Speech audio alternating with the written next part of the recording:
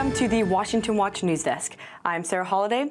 We begin today's news with a look at President Trump's first official day back in the Oval Office. After yesterday's inaugural proceedings, Trump promised to sign a mountain of executive orders, and he did just that. In his words, this is the beginning of America's revolution of common sense. I return to the presidency confident and optimistic that we are at the start of a thrilling new era of national success. A tide of change is sweeping the country, sunlight is pouring over the entire world, and America has the chance to seize this opportunity like never before. Today I will sign a series of historic executive orders. With these actions, we will begin the complete restoration of America and the revolution of common sense. It's all about common sense. Shortly after that speech, Trump got right back to work. He signed dozens of those presidential actions covering topics far and wide. A select few orders touched on cultural issues, which form key parts of Trump's presidential campaign. For example, he tackled the gender debate and whether identifying as a specific gender would be observed in public venues. Trump strongly declared his stance on the issue. I will also end the government policy of trying to socially engineer race and gender into every aspect of public and private life.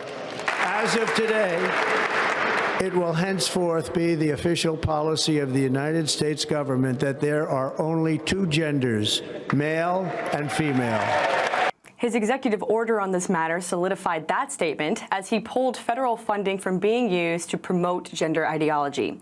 The order also declares all intimate spaces to be designated by sex, not identity. The president also used executive orders to take aim at government censorship and weaponization. Trump cited events from the Biden administration as his impetus for action. He said he will bring back free speech to America. After years and years of illegal and unconstitutional federal efforts to restrict free expression, I will also sign an executive order to immediately stop all government censorship and bring back free speech to America. This order bans any federal resources from being used to suppress or discredit speech. It also calls for the government to correct past misconduct on this issue. For weaponization, his order calls for the Attorney General to review the actions of federal agencies over the last 4 years and take appropriate remedial actions. Trump also took time to pardon many who participated in the January 6th riot. He referred to the prosecution against these individuals as a grave national injustice before commuting the sentences of 14 people and granting a full, complete, and unconditional pardon to all others convicted of offenses. While signing this order, Trump said this pardon will affect approximately 1,500 people. In his final moments in the White House, former President Biden used a pen to pardon those in Congress who investigated January 6th, as well as General Mark Milley and Dr. Anthony Fauci, several of his family members, and others. Trump commented on this while taking questions from reporters, saying it makes Biden and everyone involved look guilty. I was a little bit surprised that he did it, because it makes him look guilty. I mean, he's going to have to live with it. Now, with that being said, it's unbelievable precedent it creates for a president. And our final bit of coverage from Trump's first day, his America First executive orders went international. For example, Trump ordered America's UN ambassador to notify the world body that the nation will withdraw from the Paris Climate Agreement, saving roughly $1 trillion. Perhaps more strikingly, Trump indicated that America would withdraw its participation from the World Health Organization. He cited the organization's unfairly onerous payments from the U.S. and its mismanagement of crises like the COVID-19 pandemic. Trump's order pauses any future transfer of resources to the international body. And those are today's headlines.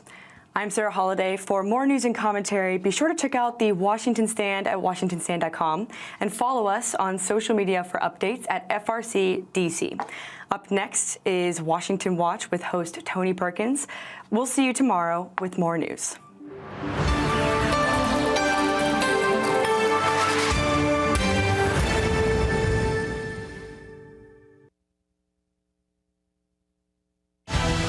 from the heart of our nation's capital in Washington, D.C., bringing compelling interviews, insightful analysis, taking you beyond the headlines and sound bites into conversations with our nation's leaders and newsmakers, all from a biblical worldview. Sitting in for Tony is today's host, Jody Heiss. Well, good afternoon, and welcome to this Tuesday edition of Washington Watch. Thanks so much for being a part of the program. I'm Jody Heiss, the Senior Vice President here at the Family Research Council and President of FRC Action, and I am filling in today for Tony as he was unable to get in due to inclement weather. He should be back in the seat tomorrow. So again, welcome to the program. We've got a lot to cover. President Donald Trump wasted no time on his first day back in the office yesterday.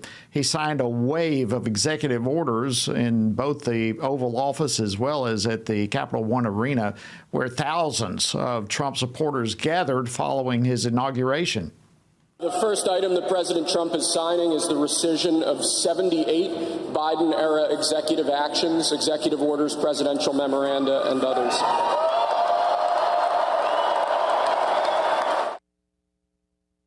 By the way, Capital One Arena is literally just a few steps away from the D.C. office of Family Research Council, and what an incredible start he had. Travis Weber will be joining me to unpack some of those executive orders, and also we'll be discussing some of the executive orders that we would like to see the president sign in coming days.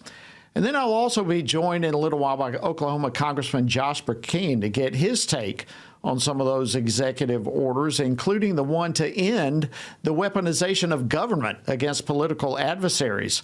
Of course, this is something that the Biden administration was notorious for, even as it claimed that justice was blind. And speaking of justice, if the two-tiered system of justice we saw during the Biden administration was not already crystal clear, now the former president added an exclamation point to all of that.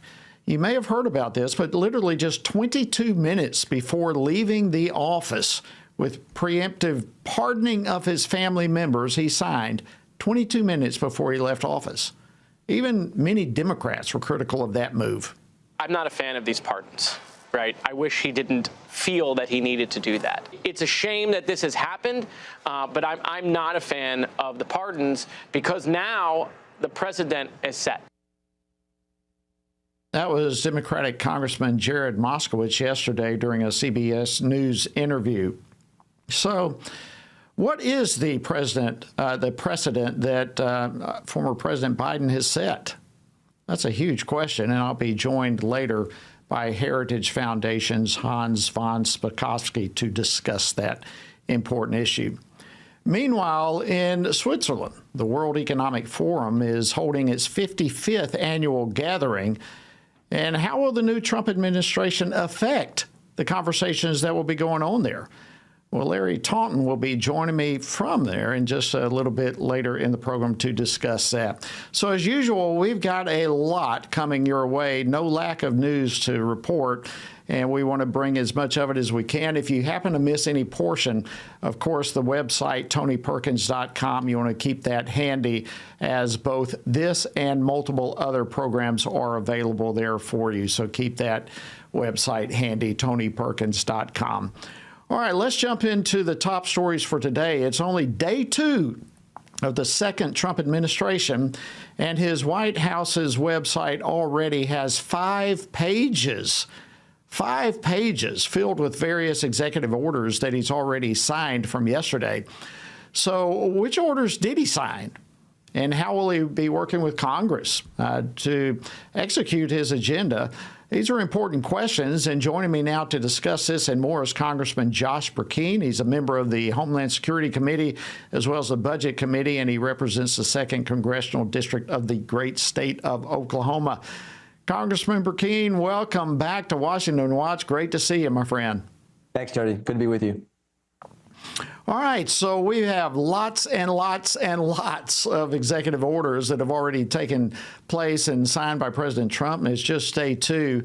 So what were some of the most pressing ones that he needed to address as soon as possible that he jumped on? Yeah, look, I think that energy dominance, a return to that, and the number of executive orders that are trying to return us back to common sense so that we'll utilize the gold that's under the ground, as he likes to call it, versus things that are unreliable and that often take taxpayers to subsidize tax collection of monies, then to prop up industries like wind and solar. Sadly, that's where this administration has been moving, and Trump is correcting that. And then, of course, the border. The number of executive orders to end the catch and release. By law, the Immigration and Nationality Act says that they are to be detained until there is a decision, an adjudication. And this administration has opened up the floodgates of catching them, releasing them in the interior, and the professionals call that notice to disappear.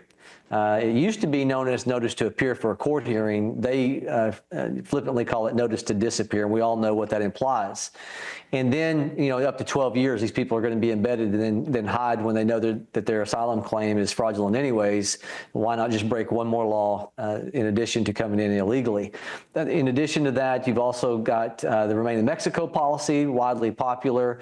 The physical barriers that by executive order Biden stepped in a few days after taking office, and by his pen, like a king, he overrode the will of Congress, who had voted, and it was signed into law previously, for 200 mile of physical barriers. Biden took his pen and unconstitutionally undid that. President Trump is restoring what we all know to be truth.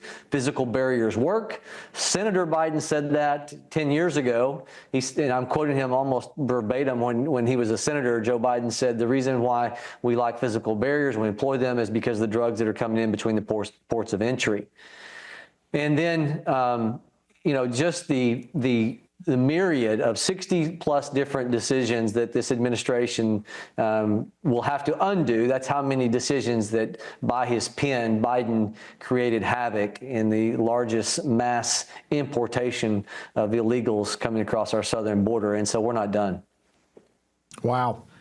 You mentioned so many issues there. I wish we could kind of go one by one through all of that, but you prefaced it all by talking about common sense. That seemed to be such a major underpinning of everything from yesterday. It's like, let's return to common sense, which obviously implies, and we've all seen it. We've watched it for the last 4 years. It seems as though every major decision that the Biden administration put forth was based on just the opposite of common sense. So what are you anticipating as we go forward? I mean, you just mentioned a lot of things that President Trump already has implemented and signed, executive orders, reversing a lot of things. What are you kind of a 30,000-foot view anticipating the next 4 years under the Trump administration, particularly as it relates to just common sense? What can we expect? I think you can expect the contrast. I think we all watched as whatever President Trump was for previously as 45, this administration just prior to him coming in as 47 was the contrast, came in and undid every bit of that. Now, President Trump is coming back in and reversing it all. And I look forward to seeing that happen. I would love to see us lock in once and for all the Article 1 powers that say, you as a former member of the House know well that all legislative powers to be vested in the Congress, so we didn't have this constant ping pong battle of Democrat versus Republican utilizing executive orders when our founders would have said that's never where we intended. But the president has no choice. Biden has created these problems all by executive order, specifically to the border I'm referencing. And so President Trump has to come back in, undo those. I'd like to see us right-size our government back to constitutional bounds. I say this often. George Washington issued 8 executive orders, and now we're at a place where, on average, every president is having to issue 200 or more in the last 20 and 30 years. We need to return back to a place to where this is not constantly occurring and where we can have stability. I think that is an excellent point. Congressman Perkins, what's it going to take to get there? What type of action does Congress need to put forth to reassert the authority that the Constitution gave it and that over the years has been surrendered to the White House?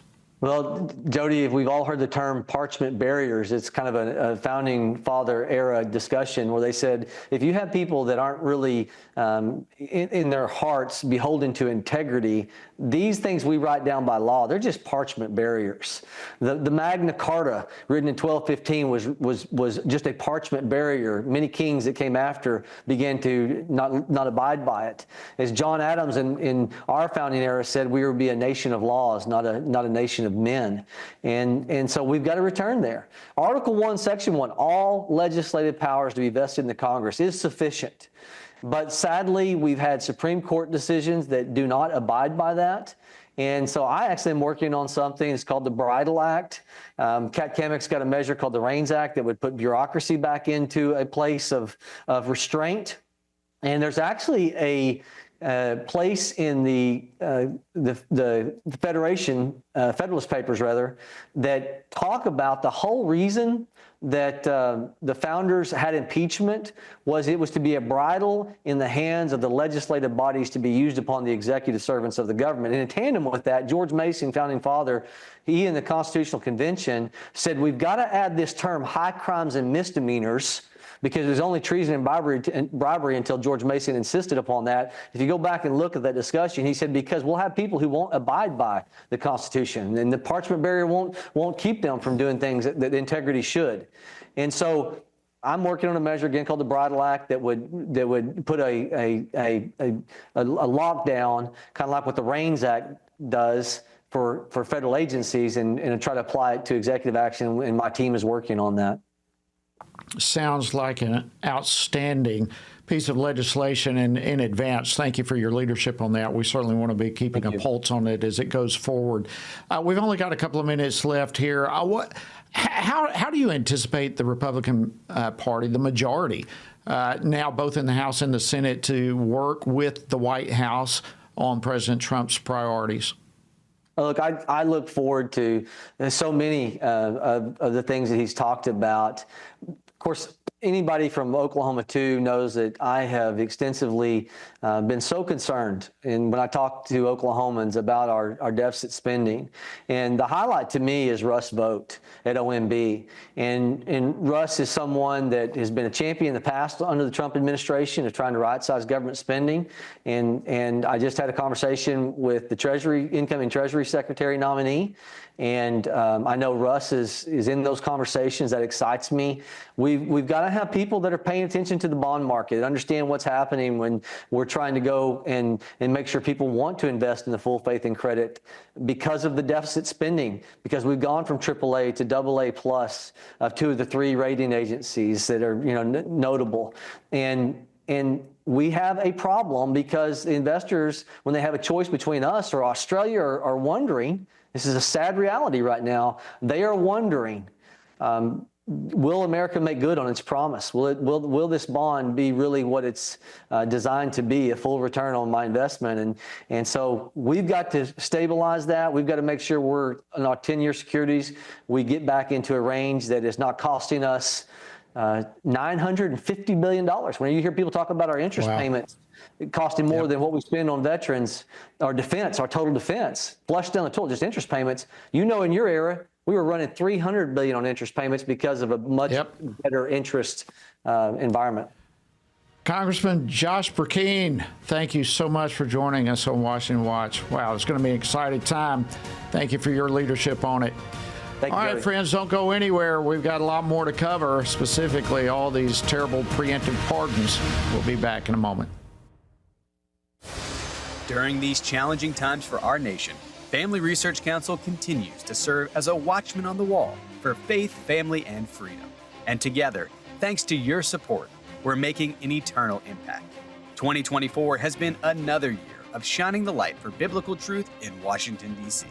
This fall, over 1,000 spiritually active, governance-engaged conservatives gathered for the Pray, Vote, Stand Summit to pray for our nation and ensure that the issues impacting SageCons were understood and advanced. Washington Watch with Tony Perkins marked a major milestone this year, its 900th episode, and added the Washington Watch News Desk, a new production that presents the top news each day from a biblical worldview. The Washington Stand published 2,000 articles of news, commentary, and podcasts in 2024, garnering over 5 million views. FRC's outlet for news and commentary continues to pursue the truth on the issues that matter most to you and your family. And with the launch of the Stand Firm app, you can listen to, watch, and read our content in one simple place. Pray for current issues, stay rooted in the scriptures, and engage the political sphere with a community of believers on our new platform. In 2024, FRC shaped public policy and culture, organizing the National Gathering for Prayer and Repentance, where members of Congress and Christian leaders came together to seek God's intervention in America. In May, FRC called upon believers to pray for and stand with Israel by dedicating a portion of their worship services to pray for Israel's peace, prosperity, and protection.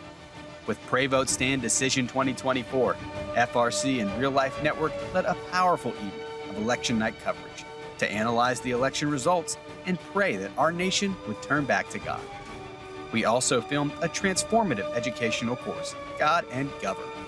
Launching in January 2025, this series will explore the biblical and historical foundations of our government, empowering you to stand confidently in your role as a citizen of heaven and earth. Family Research Council thanks you for partnering with us for another year of standing for faith, family, and freedom. Looking to grow closer to God in the new year? FRC's Stand on the Word Spiral Bound Journal is here to help. Dive deeper into Scripture with thought-provoking questions, note-taking space, and context for each book and author. This second edition, covering Isaiah to Revelation, will guide you in tracking your journey through God's Word while deepening your faith in Christ. Order now at frc.org/store or text journal to 67742. Perfect for you and your loved ones.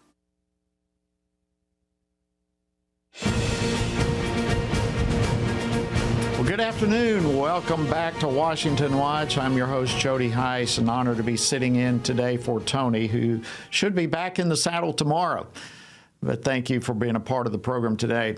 All right, just 22 minutes before he left office yesterday, former President Joe Biden issued preemptive, unconditional pardons for his siblings and their spouses, blanket immunity for any nonviolent offenses they might have committed since 2014.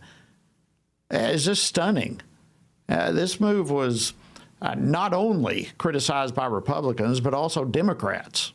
It's a shame that this has happened, but I'm not a fan of the pardons because now the precedent is set from now into the future. 4 years from now, I mean, it's a long time from now, obviously, but if the President Trump feels that he wants to pardon his family on the way out the door, right, now Democrats can't say anything about that. Wow. So what precedent literally has been set through all of this? Well, joining me now to discuss this is Hans von Spakovsky. He's a senior legal fellow at the Heritage Foundation's Center for Legal and Judicial Studies.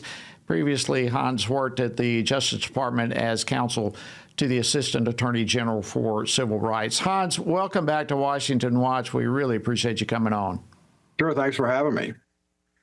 All right, so let's just begin with this. What can you tell us exactly who was pardoned with this last ditch effort 22 minutes before leaving office? Who was pardoned and what were they pardoned for? Well, basically, it was the Biden family. Everyone and anyone who may have been and probably was involved in earning the $20 million from foreign sources that has been a subject of investigation, as you know, by the U.S. House for quite a while. And no crimes were specified. The pardon basically says any and all crimes that they might or could be charged with during that specific period of time. This is unprecedented. I don't think this has ever happened in our entire history. Pardons and commutations are given to people who've already been indicted and convicted. And so we've never had this before. Actually, you know who actually made one of the best comments about this? was President-elect Joe Biden. And he was actually interviewed in December of 2020, because back then people were saying that outgoing President Donald Trump might do this, and he criticized this, saying, you know, the whole world looks at our legal system. This would create a terrible precedent and, in essence, would make people lose faith in the adherence of our country to the rule of law. And he said he would never do it. That tells you a lot about Joe Biden, doesn't it?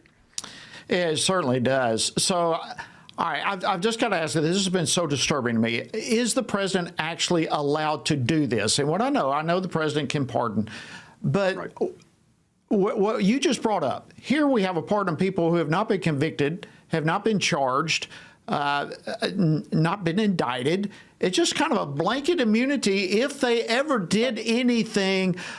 Does this not set potentially a stage where any administration can come in and direct whatever criminal activity to take place to accomplish whatever administration may want to accomplish, and then just basically say, don't worry about it. We're just going to give everybody an immunity when it's all said and done. Is that kind of precedent a real potential threat?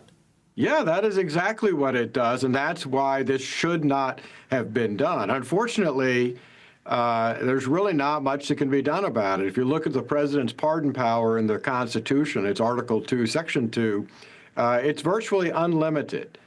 And we've never had this happen before because, quite frankly, I don't think we've ever had a president as corrupt as Joe Biden and his family. And so it never occurred to anyone to do something like this, and there were never circumstances that led to this kind of thing happening. But it does set a terrible precedent. Future presidents could use this to immunize all kinds of illegal criminal behavior, and I don't think that's the kind of country we want to be living in.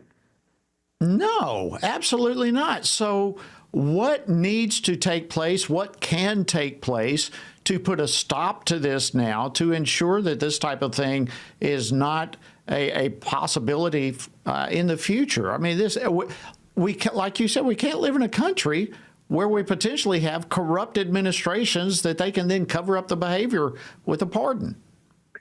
Well, there's a couple things to remember here. The only way you could change this is to, frankly, amend the Constitution. You'd have to amend the pardon power and put some limitations on it. But keep in mind, like I said, a couple things. One, this only extends to federal crimes, okay? A president cannot pardon anyone for state crime. So if a state crime has been committed, these members of his family could still be prosecuted. The other thing it does is it doesn't hamper transparency and public disclosure through continued investigations by Congress. If the House wants to continue its investigation of the Biden family and, frankly, their skullduggery with these wealth transactions, profiting off of the official positions of Joe Biden as the prior vice president, the one thing this does is take away the ability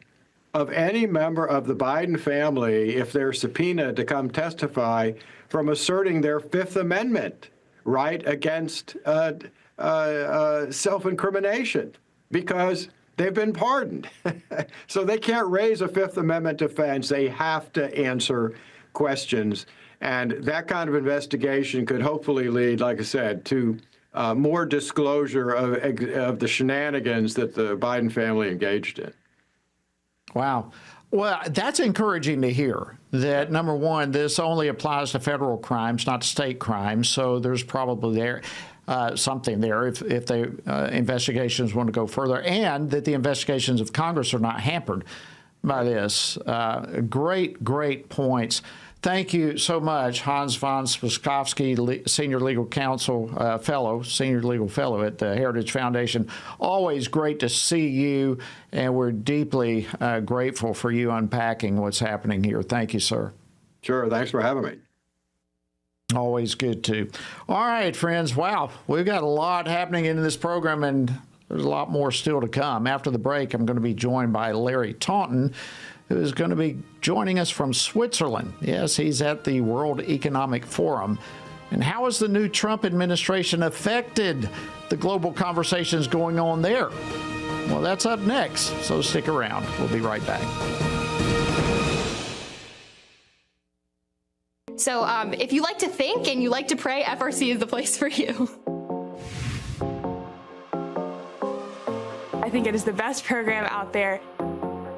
Yeah, I've absolutely loved my experience interning at FRC. They really are making waves out in the political world and doing it from the light of the Lord. It's really humbling for me as a college student who has been involved in the life movement for only a couple of years to be able to witness it alongside of some of the people who have spent their entire lives fighting. A huge thing that sets FRC's internship apart from others is they are looking for what they can pour into you instead of what they can get out of you.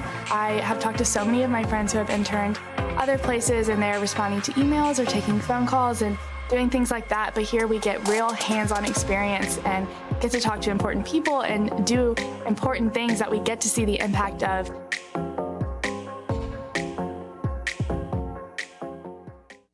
Research has found that there are 59 million American adults who are a lot like you. There are millions of people around the country who are born again, deeply committed to practicing their faith, and believe the Bible is the reliable Word of God. But that's not all. They're also engaged in our government. They're voters. They're more likely to be involved in their community, and they're making a difference in elections. The problem is that a lot of them feel alone too. We want to change that. FRC wants to connect these 59 million Americans to speak the truth together, no matter the cost. If you want to learn more about this group and what it means to be a spiritually active, governance-engaged conservative, or if you want to find out if you are one of these sage cons yourself, join us. Go to frc.org/SAGECON, SageCon, to learn more. That's SAGECON, SageCon, to learn more.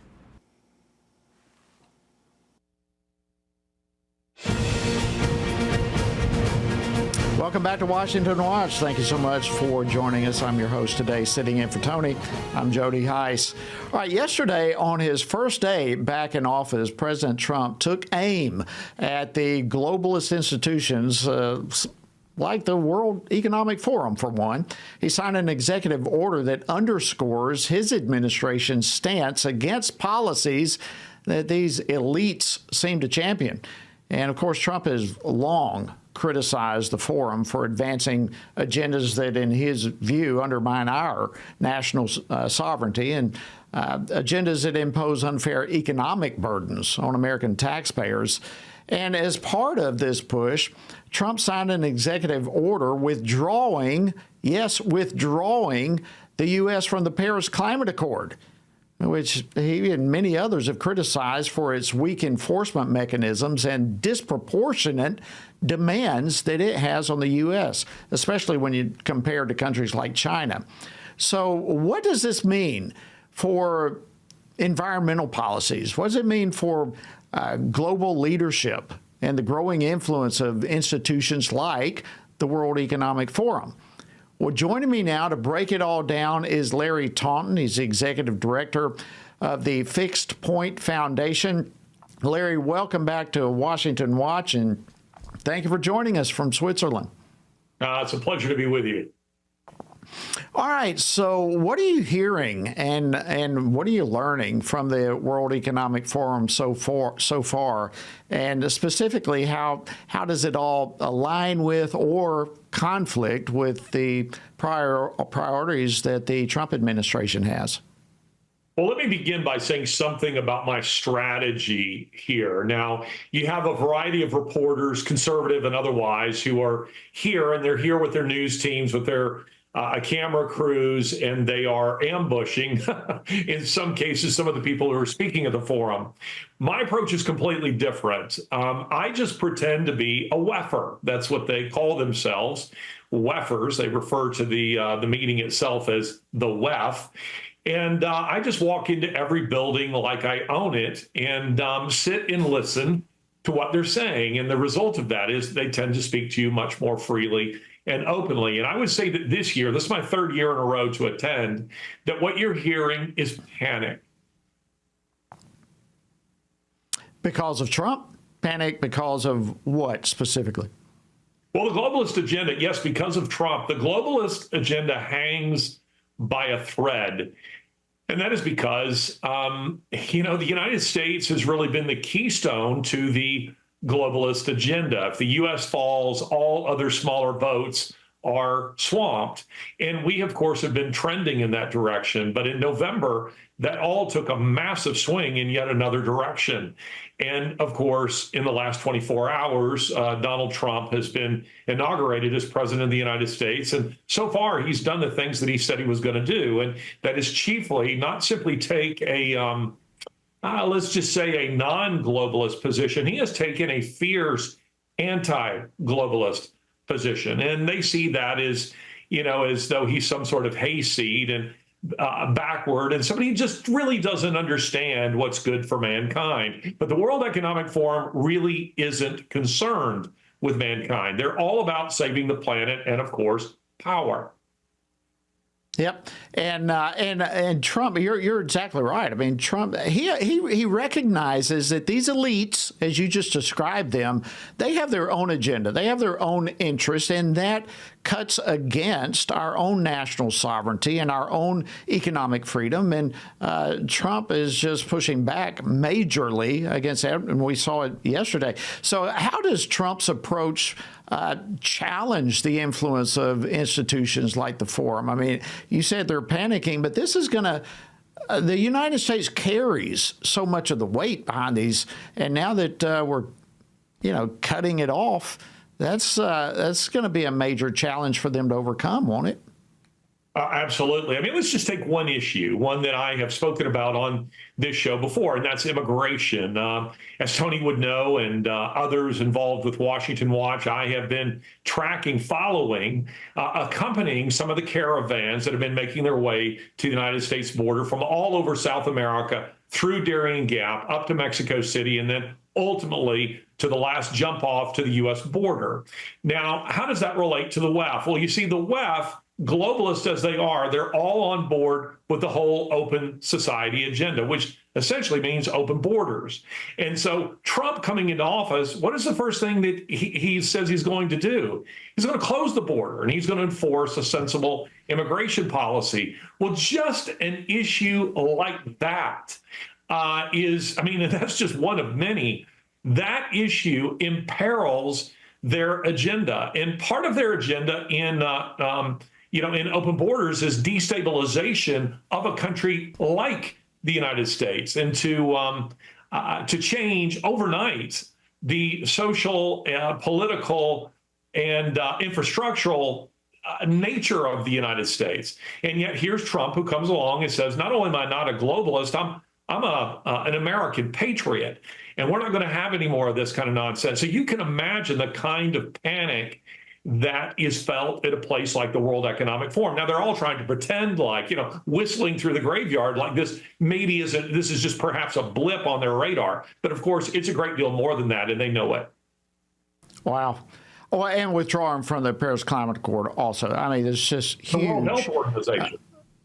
Huge stuff here. Well, listen, Larry, I want to thank you so much for joining us.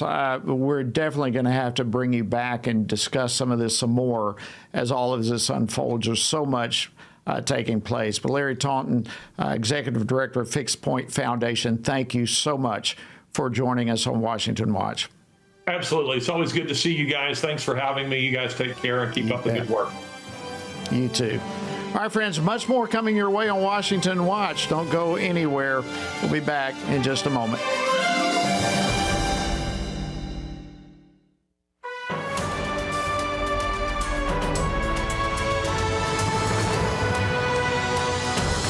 Hello, I'm Tony Perkins, president of the Family Research Council here in Washington, D.C.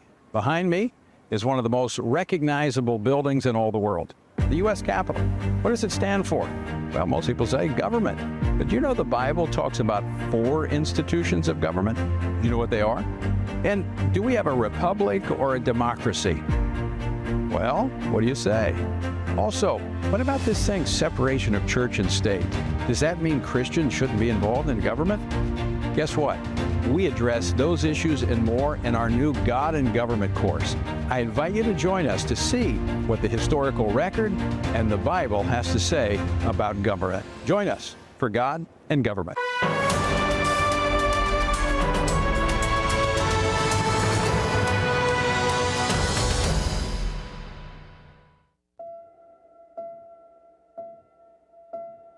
All of us are born with the desire to find truth and meaning. Where did I come from? What happens when I die? While our answers to these questions may divide us, we are united in our need for the freedom to answer life's biggest questions and make life's biggest decisions for ourselves. That's why religious freedom matters for everyone. Religious freedom matters because the powerful have long wanted to control those who are less powerful. Religious freedom matters because the freedom of those who are different is often threatened by those who believe different is dangerous. Leah Sheribu, a Christian teenager in Nigeria, remains a captive of Boko Haram for her refusal to renounce her Christian faith. Chinese pastor Wang Yi is serving a 9-year sentence for speaking publicly against the Chinese government. In Pakistan, Asif Pervez is on death row for allegedly sending a blasphemous text message. All of this because people in power decided different is dangerous.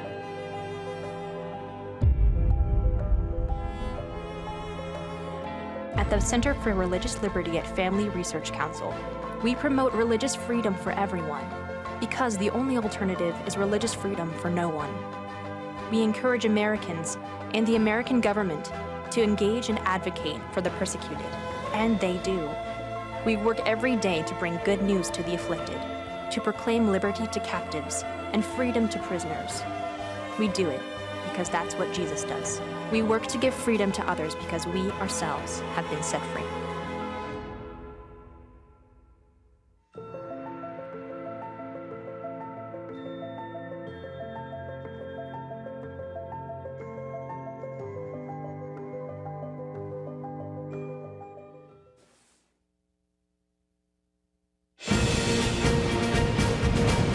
Good afternoon. Welcome back.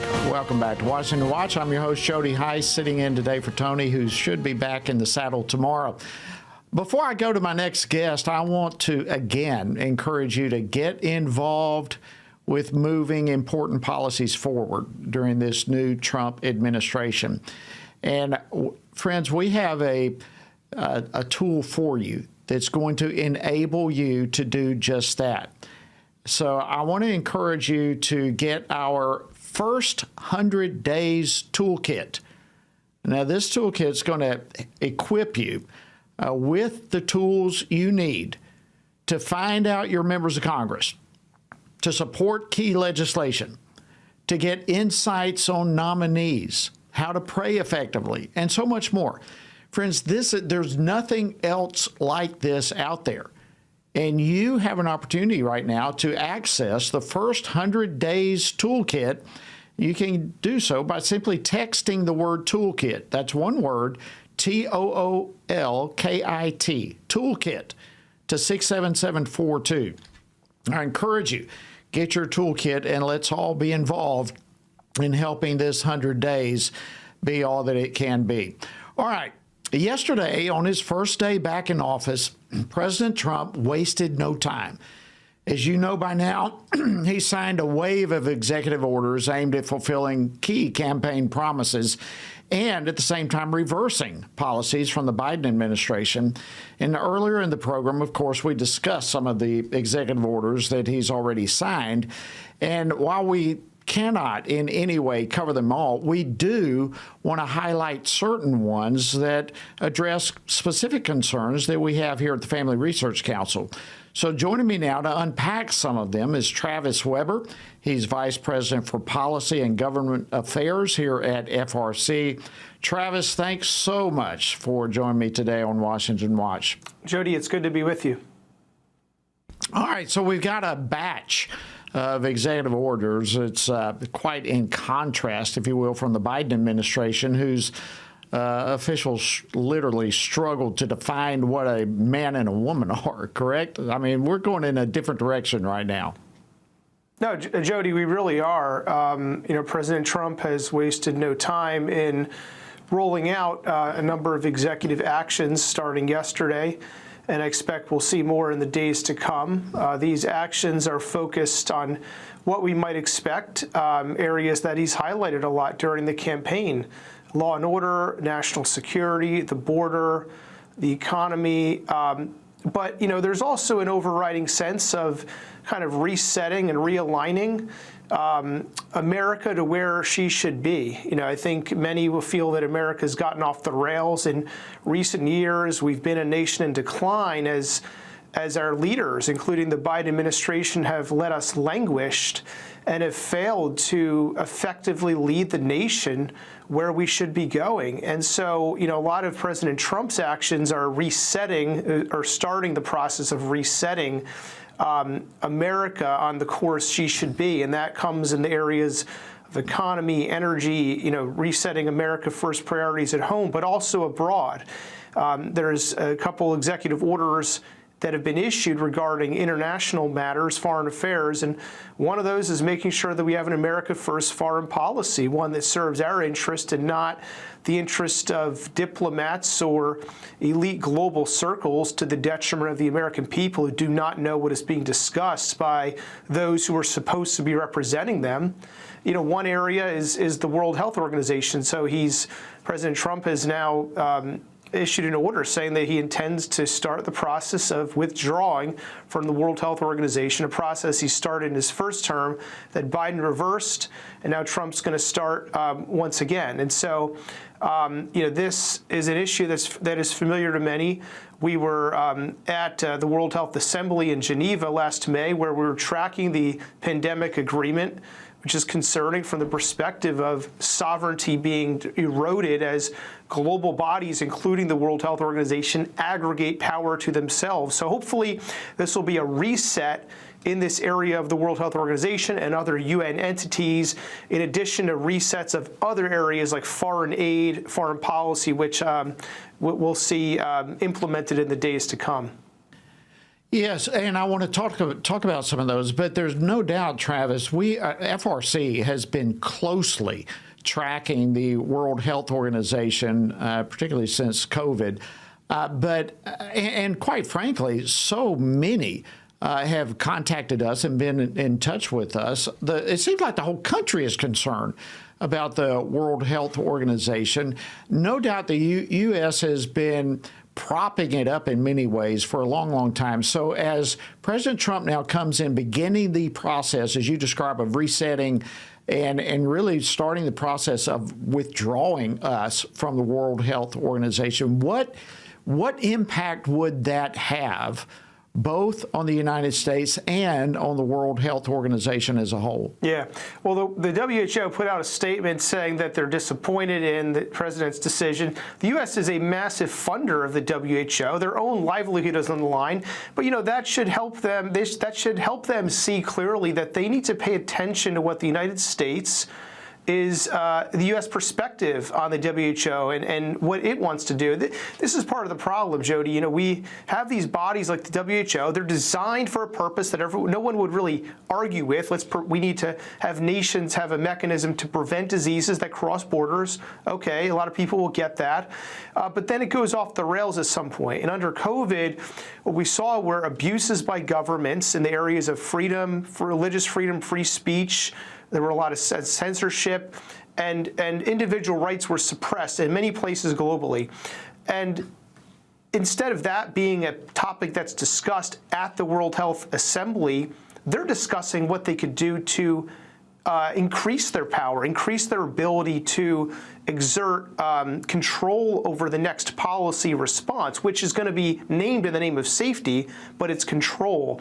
And the discussions of rights and freedom and the violations of the WHO policies were implemented were not discussed at all. So, Jody, this is they need the people at the World Health Organization and bodies like that need to understand that they're accountable to those who are funding them, those who are granting them their authority. And in this case, it's nation states who've agreed to the WHO, who are part of the WHO, including the U.S. So Trump is going to withdraw, and certainly there are going to be discussions. Part of the WHO executive order says that the means or the ends to which the WHO, the goals of the WHO, in so many words, there are other ways we can accomplish what we are trying to do in the WHO. So this is going to be an important discussion. And it's going to be important for us to continue to have to watch what's happening, though, because we don't want the same violations, same sovereignty erosions to take place in another way. Absolutely. You also mentioned a moment ago, if we can transition on the topic of foreign aid. There's no question President Trump has had his eye on the foreign aid that the Biden administration has been doling out.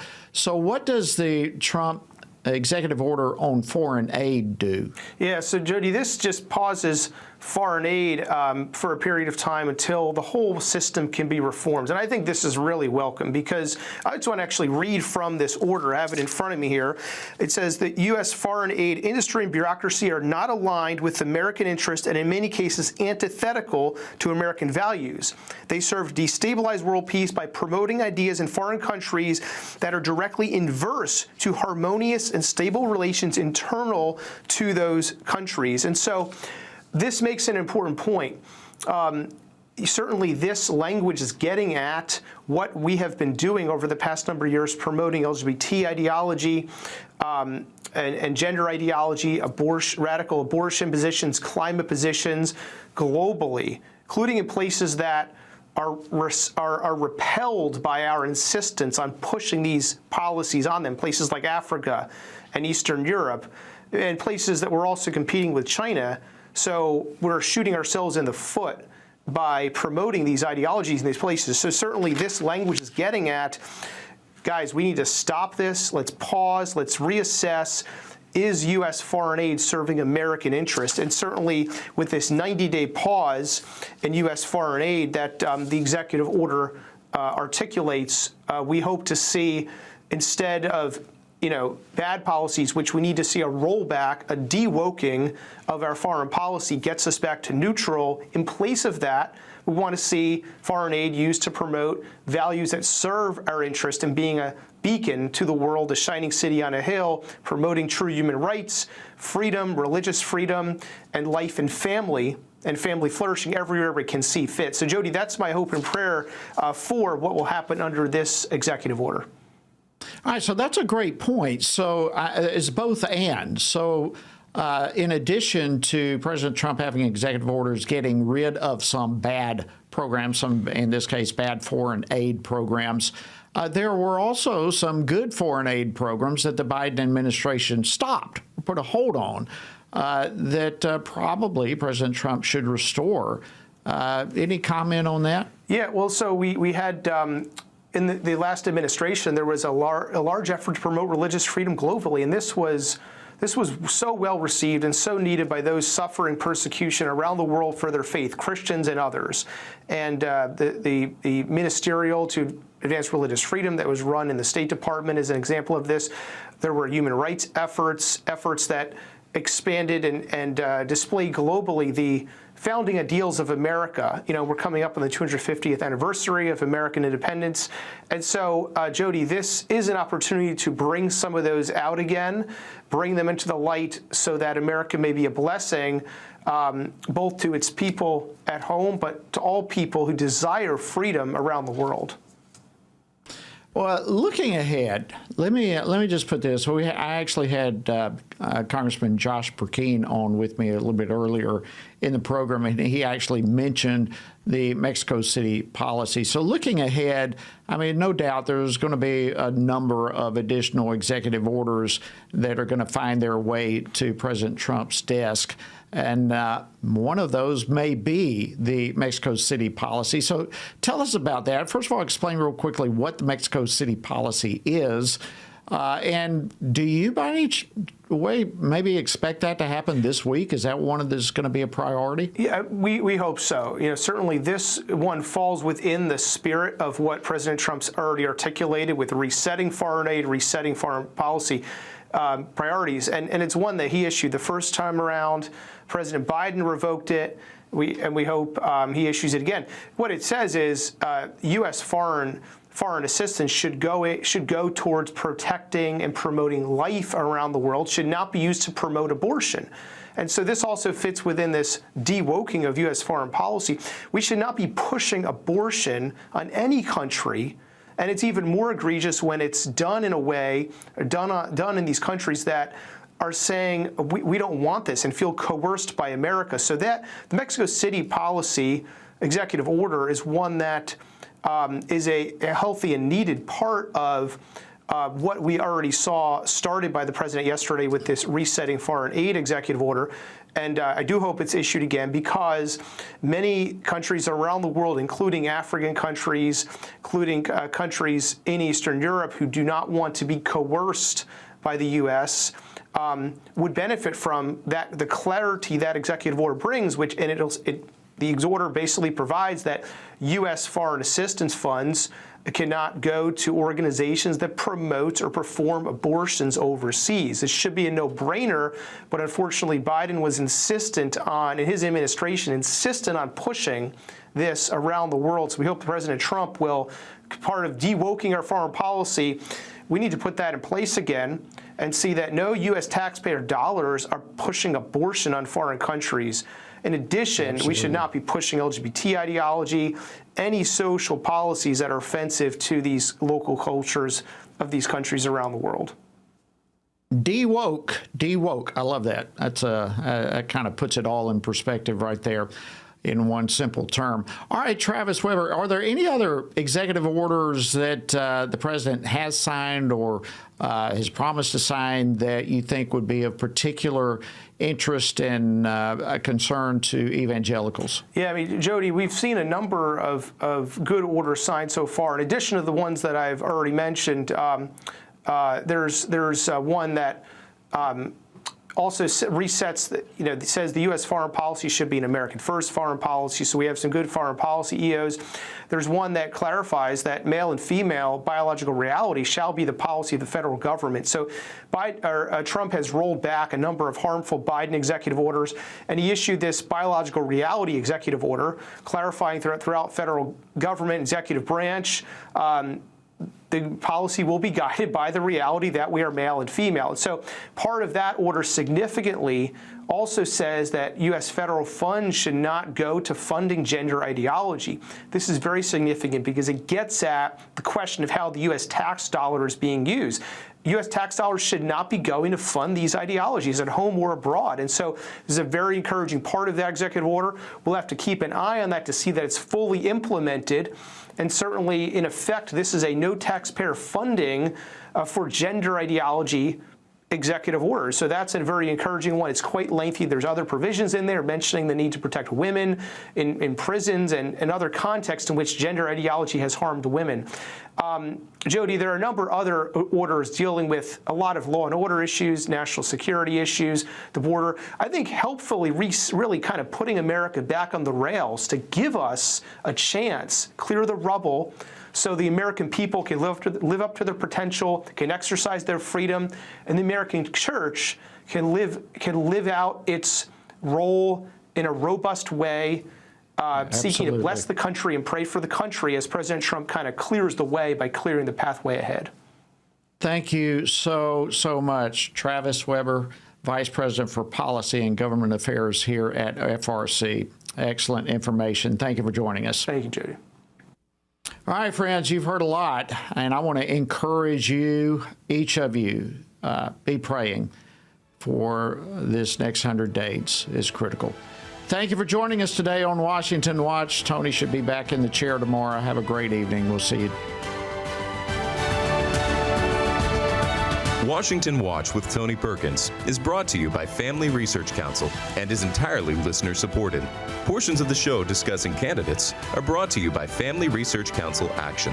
For more information on anything you heard today, or to find out how you can partner with us in our ongoing efforts to promote faith, family, and freedom, visit TonyPerkins.com.